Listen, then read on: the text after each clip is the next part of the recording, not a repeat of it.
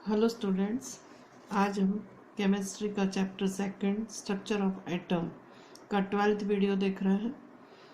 आज का टॉपिक है हमारा Bohr's model for hydrogen spectrum, यानी कि हाइड्रोजन का Bohr model. Bohr model for hydrogen atom is based on following postulates. अब वो कौन से महत्वपूर्ण अभिग्रहितों के ऊपर आधारित है वो देखते हैं हम। तो बोहर का परमाणु मॉडल का फर्स्ट पॉइंट देखते हैं हम। The electron in the hydrogen atom can move around the nucleus in a circular path of fixed radius and energy. These paths are called orbits. These orbits are arranged concentrically around the nucleus. यानी कि hydrogen परमाणु में electron नाभिक के चारों तरफ निश्चित त्रिज्या और ऊर्जा वाले वृत्ताकार यानी कि गोल पथों में घूम सकते हैं। इन वृत्ताकार पथों को हम कक्षा या स्थायी अवस्था या अनुमत ऊर्जा स्तर कहते हैं। ये कक्षाएं नाभिक के चारों ओर व्यवस्थित होती हैं। अब इसका हम दूसरा पॉइंट देखते हैं। The energy and electron in the orbit does not change with time. The electron will move from a lower stationary state to higher stationary state when required amount of energy is absorbed by the electron. When energy is emitted, electron moves from higher energy state to lower energy state or a stationary state. तो कक्षा में electron की ऊर्जा समय के साथ परिवर्तित नहीं होती है। इलेक्ट्रॉन निम्न स्थायी ऊर्जा से उच्च ऊर्जा स्तर में जब आता है तो वह आवश्यक ऊर्जा का अवशोषण करता है। यानी कि निम्न ऊर्जा स्तर में होगा तो उसकी ऊर्जा कैसी होगी, कम होगी, और उसको यदि उच्च ऊर्जा स्तर में हायर एनर्जी स्टेट में जाना है तो उसको अधिक ऊर्जा की आवश्यकता होगी। तो वो क्या करेगा, वो आवश्यक ऊर्जा का अवशोषण करेगा। अथवा इलेक्ट्रॉन यदि उच्च ऊर्जा स्तर से निम्न ऊर्जा स्तर में आता है तो उच्च ऊर्जा स्तर में उसकी ऊर्जा कैसी रहेगी, अधिक रहेगी। तो निम्न ऊर्जा स्तर में जब वो आएगा तो उसकी ऊर्जा कैसी होगी, कम। तो वो जो अधिक ऊर्जा है उस अधिक ऊर्जा को वो क्या कर लेगा, उत्सर्जित करेगा। यानी कि उच्च ऊर्जा स्तर से निम्न ऊर्जा स्तर में आने के लिए वह ऊर्जा का क्या करेगा, उत्सर्जन करेगा। चलिए, the energy change does not take place in a continuous manner. तो इस तरह से ऊर्जा परिवर्तन सतत तरीके से नहीं होता है कि लगातार ऊर्जा परिवर्तन होते ही जा रहा है, ऐसा नहीं होता है। चलिए, थर्ड पॉइंट देखते हैं हम। The frequency of radiation absorbed और emitted when transition occurs between two stationary states that differ in energy by delta E। तो अब इसमें क्या होता है कि डेल्टा E अंतर वाली दो जो स्थायी अवस्थाओं में संक्रमण यानी कि ऊर्जा स्तर में परिवर्तन होता है तो अवशोषित या उत्सर्जित ऊर्जा की मात्रा क्या होगी, तो वह उत्सर्जित या अवशोषित ऊर्जा की मात्रा को हम किससे बताते हैं, डेल्टा E से। तब डेल्टा E के लिए मैंने एक फॉर्मूला आपको पूर्व में बताया था। वो फॉर्मूला कौन सा था, delta E is equal to h nu बताया था मैंने। तो एच न्यू में न्यू बराबर क्या हो गया, एच कहाँ चला गया, डेल्टा E के अपॉन में। तो nu is equal to delta E upon h. तो डेल्टा E क्या है, दो एनर्जी लेवलों का एनर्जी परिवर्तन, यानी कि उच्च ऊर्जा स्तर की एनर्जी E2 है और निम्न की E1 है।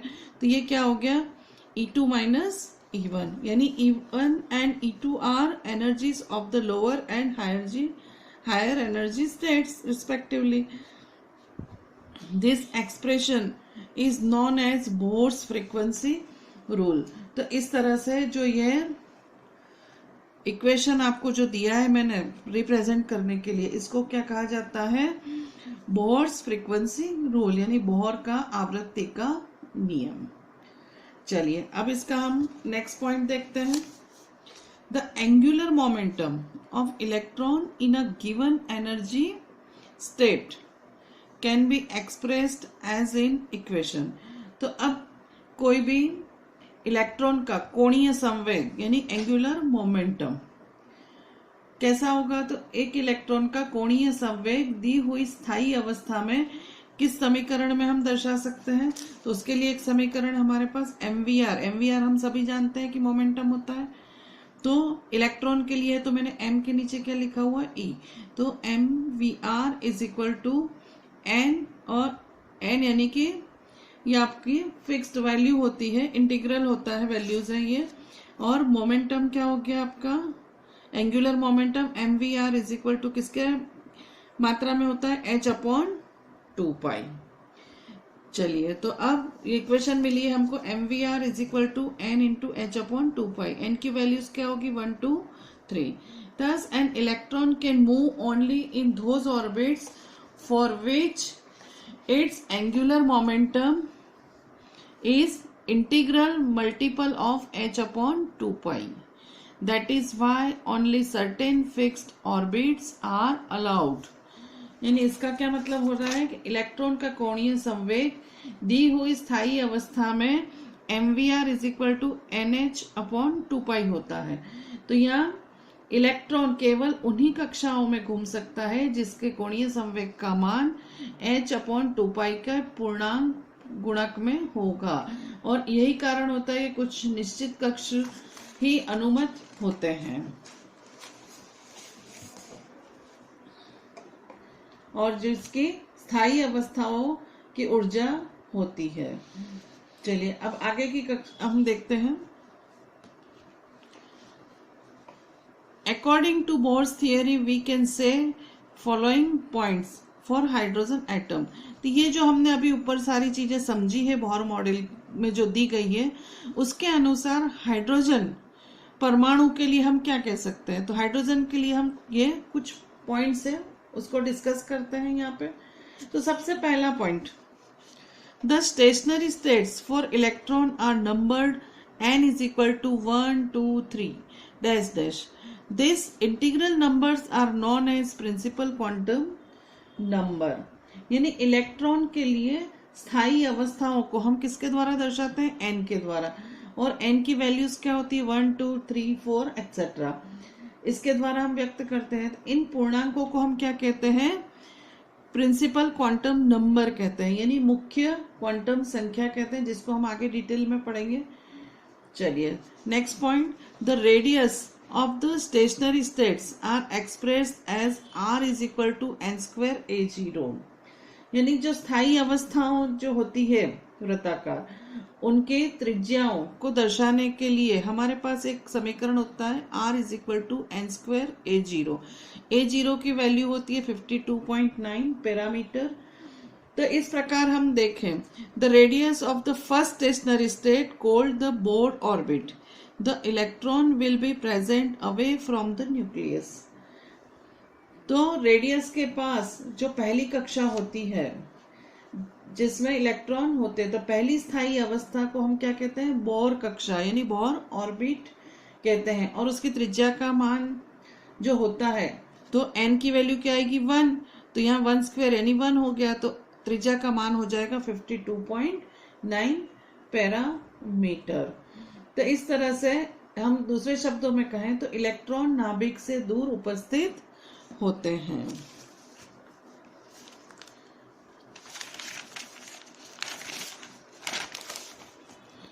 नेक्स्ट पॉइंट देखते हैं हम हमारा, the energy of the stationery state can be expressed by following equation. तो एनर्जी स्टेट होता है यानी इलेक्ट्रॉन से संबंधित जो ऊर्जा होती है, उसके लिए हमने एक सूत्र दिया हुआ है यहाँ पे, En is equal to minus RH 1/n²। तो जहाँ n की वैल्यूज क्या होती है 1 2 3, RH क्या है यहाँ पे, RH is a Rydberg constant and it's value is 2.18 into 10⁻⁻18 joule होती है। यानी कि RH को हम रिडबर्ग स्थिरांक कहते हैं और उसका मान होता है 2.18 into 10⁻⁻18 joule. The energy of the lowest state is called the ground state। अब जो हमारा ऊर्जा स्तर होता है उसमें सबसे निम्न ऊर्जा स्तर जिसका होता है, सबसे कम ऊर्जा जिसकी होती है, उसको हम क्या कहते हैं? ग्राउंड स्टेट, यानी कि तलस्थ अवस्था कहते हैं हम। तो अब सबसे निम्न ऊर्जा किसकी होगी? तो एनर्जी लेवल फर्स्ट की, तो उसके लिए E1 हो जाएगा En की जगह। तो E1 is equal to Rydberg constant की वैल्यू हमने पुटअप करी यहाँ पे, तो -2.18 इंटू 10⁻⁻18 इंटू 1/1²। n की वैल्यू क्या है हमारी? 1, तो वहां पे क्या हो गया? 1/1²। तो मान क्या आ गया? इसकी वैल्यू क्या आई है? -2.18 इंटू 10⁻⁻18 जूल। अब सेकंड के लिए हम द्वितीय ऊर्जा स्तर के लिए देखते हैं हम, तो क्या होगा? सेकंड एनर्जी स्टेट के लिए E2 is equal to -2.18 into 10⁻⁻18 into 1/2²। तो अब यहाँ पे क्या हो गया? 4 से इसको डिवाइड करेंगे तो वैल्यू क्या आएगी? -0.545 इंटू 10⁻⁻18 जूल। तो ये इससे कैसी हो गई है? कम हो गई है। चलिए, अब ये जो बोहर मॉडल अपने को दिया गया था, इसने बहुत सारी हमें इंफॉर्मेशंस तो प्रोवाइड की है, लेकिन इसमें कुछ कमियां हैं। तो अब इसकी जो कमियां होती है उसको हम किससे बताते हैं? उसकी लिमिटेशंस। तो लिमिटेशंस क्या है इसकी बोहर मॉडल की सीमाएं, कमियां क्या है? हालांकि हाइड्रोजन परमाणु का बोहर मॉडल रदरफर्ड के नाभिकीय मॉडल से तो काफी बेहतर था। तो हाइड्रोजन के परमाणु मॉडल में जैसे कि उसके आयन He+1, Li+2, Be+3 के रेखीय स्पेक्ट्रम यानी कि लाइन स्पेक्ट्रम के स्थायित्व की व्याख्या तो कर सकता था, लेकिन बोहर का मॉडल निम्न बिंदुओं की व्याख्या नहीं कर सका है। तो वो बिंदु कौन से हैं, वो पॉइंट्स कौन से हैं जिसको समझाने में बोहर मॉडल असफल रहा? तो वही उसकी क्या हो जाएगी? लिमिटेशंस हो जाएगी, वही उसकी सीमाएं हो जाएगी। तब हम नेक्स्ट टॉपिक देखते हैं, बोहर मॉडल की limitations. So limitations of Bohr model. तो सबसे पहला, Bohr model was too simple to account for the following points, यानी कि बोहर मॉडल निम्न बिंदुओं की व्याख्या करने में सफल नहीं रहा, तो व्याख्या नहीं कर पाया। तो first point, it fails to account for the finer details of the hydrogen atom spectrum, यानी कि हाइड्रोजन स्पेक्ट्रम में सूक्ष्म रचना, डबलेट, यानी कि जो पास पास की दो रेखाएं होती है, डबलेट यानी बिल्कुल पास पास की जो दो रेखाएं होती है, उनकी व्याख्या करने में वो कैसा रहा? विफल रहा, उसको वो अच्छे से नहीं समझा पाया। चलिए, this model is also unable to explain the spectrum of atoms other than hydrogen. अब दूसरे पॉइंट में देखें हम, तो बोहर मॉडल जो था वो हाइड्रोजन के अलावा अन्य परमाणुओं के स्पेक्ट्रम की व्याख्या करने में असमर्थ रहा, जैसे कि हीलियम परमाणु, हीलियम विच पजेस ओनली 2 इलेक्ट्रॉन। हीलियम में तो 2 ही इलेक्ट्रॉन थे, तो भी उसका स्पेक्ट्रम समझाने में वो कैसा रहा? असमर्थ रहा। चलिए, अब next point, Bohr's theory was unable to explain the splitting of spectral lines in presence of magnetic field and electric field. तो बोहर मॉडल जो था वो जो स्पेक्ट्रम में लाइनें स्प्लिट होती है, विभक्त होती है जो लाइनें, उनको समझाने में असमर्थ रहा। तो कहाँ पर असमर्थ रहा? कि यदि उन लाइनों को, स्पेक्ट्रम की जो स्प्लिटेड लाइंस होती है उसको हम मैग्नेटिक फील्ड में रख दें, मैग्नेटिक फील्ड में यदि रखते हैं तो उसको हम क्या बोलते हैं? जीमान इफेक्ट यानी जीमान प्रभाव बोलते हैं। और यदि उसको इलेक्ट्रिक फील्ड में रख दें, विद्युत क्षेत्र में रख दें, तो उसको हम क्या बोलते हैं? स्टार्क इफेक्ट यानी स्टार्क प्रभाव बोलते हैं।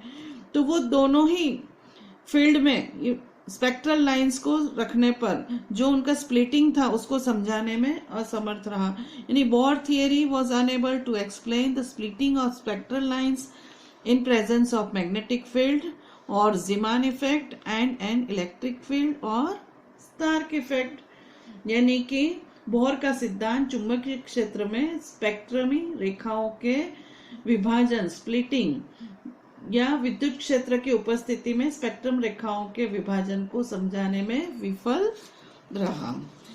फोर्थ पॉइंट देखते हैं इसका हम, It could not explain the ability of atoms to form molecules by chemical bonds.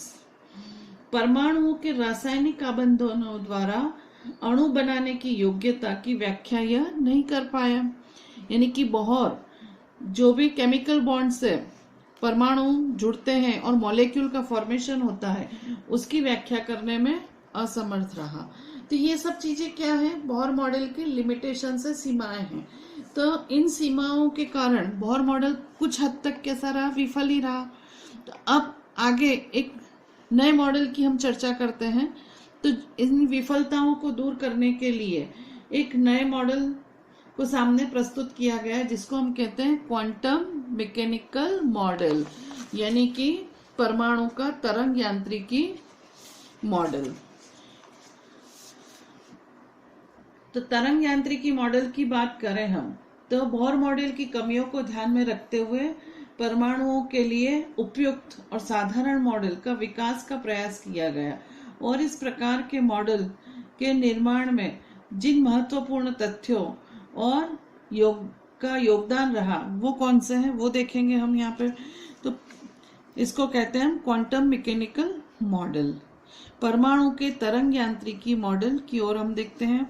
In view of the shortcoming of the Bohr's model, attempts were made to develop a more suitable and general model for atoms.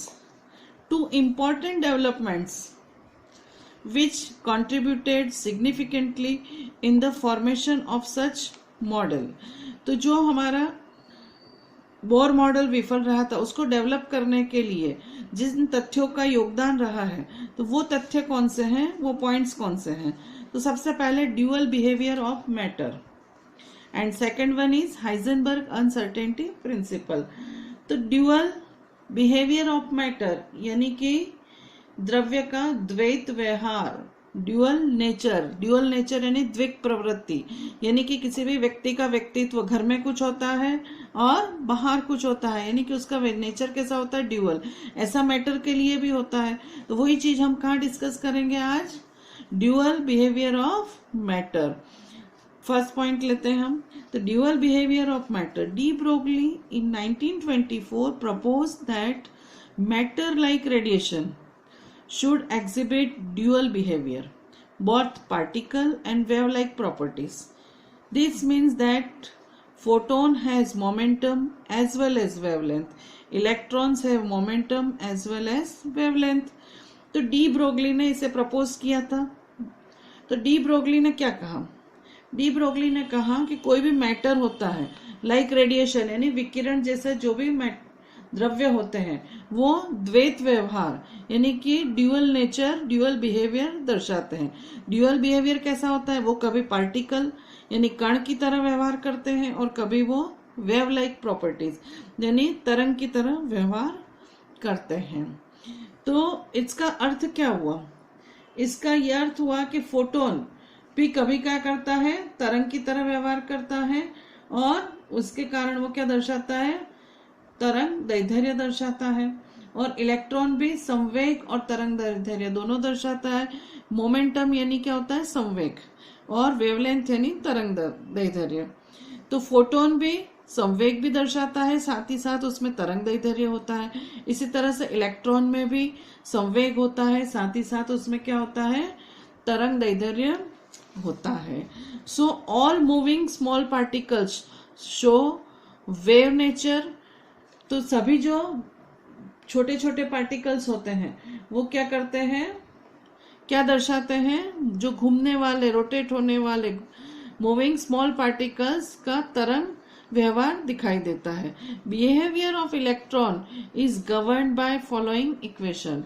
तो जो electrons होते हैं उनका व्यवहार होता है, उसे हम निम्न समीकरण द्वारा दर्शा सकते हैं। तो वो समीकरण क्या होता है, अब इसको समझते हैं हम।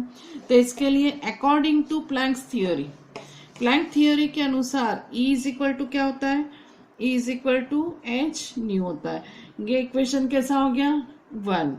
और अकॉर्डिंग टू आइंस्टाइन, आइंस्टाइन का नाम आपने सुना है सभी ने। तो आइंस्टाइन थियोरी के अनुसार एनर्जी के लिए हम इक्वेशन एक पढ़ के आए हैं आगे। E is equal to m c square. तो ये इक्वेशन 2, ये किसके अकॉर्डिंग टू है? प्लैंक्स, और ये आइंस्टाइन। अब इसमें देखिए लेफ्ट साइड दोनों की सेम है, तो राइट साइड भी कैसी होगी? सेम। तो फ्रॉम इक्वेशन 1 एंड 2 भी हम क्या कह सकते हैं? H nu is equal to m c square कह सकते हैं हम। अब यहाँ पर m क्या है? m है यहाँ पे mass of particle, and c is the velocity of light, h Planck constant and nu is frequency. चलिए, तो अब इसमें हम वैल्यू दे रखते हैं। न्यू की वैल्यू सभी को पता है, न्यू इज इक्वल टू क्या होता है? c अपॉन लेमड़ा होता है। तो यहाँ पे न्यू की जगह मैं लिख रही हूँ c अपॉन लेमड़ा। तो h c upon lambda is equal to m c square हुआ। तो c से c क्या हो गया? एक c से एक c कैंसिल हो गया हमारा। तो अब लेमड़ा इज इक्वल टू क्या हो जाएगा? h अपॉन लेमड़ा यहाँ चला गया, m कहाँ आ गया? नीचे आ गया। ये एक c और बचा हुआ है, तो h अपॉन एम सी। तो लेमड़ा इज इक्वल टू हमने क्या फॉर्मेट किया है? h upon m c. तो यहाँ पे लेमड़ा क्या है? लेमड़ा क्या है यहाँ पे? सभी को पता है, वेवलेंथ, एंड एम सी क्या है? मोमेंटम। तो ये जो इक्वेशन हमको मिला है, इस इक्वेशन को हम क्या बोलते हैं? डी ब्रोगली इक्वेशन बोलते हैं। D Broglie's equation. और ये इक्वेशन बहुत ही इंपॉर्टेंट इक्वेशन है, इससे क्वेश्चन आता है एग्जाम में, डिराइव डी ब्रोगली इक्वेशन। ये हर बार एग्जाम में पूछा जाता है, इसको हमें प्रिपेयर करना है। कुछ भी नहीं है, सिंपल सा हमें दोनों नेचरों को, यानी according to Planck's theory and according to Einstein theory, दोनों इक्वेशन रख करके दोनों को हमको कंपेयर करना है, और इसमें लेमड़ा की वैल्यू निकालनी है जो कि होती है h अपॉन एम सी। तो इसको हम बोलते हैं डी ब्रोगली इक्वेशन। तो आज हमारा इस वीडियो को हम यही कंप्लीट करते हैं। अगले वीडियो में इसको कंटिन्यू करते हुए हाइजेनबर्ग अनसर्टेनिटी प्रिंसिपल को देखेंगे।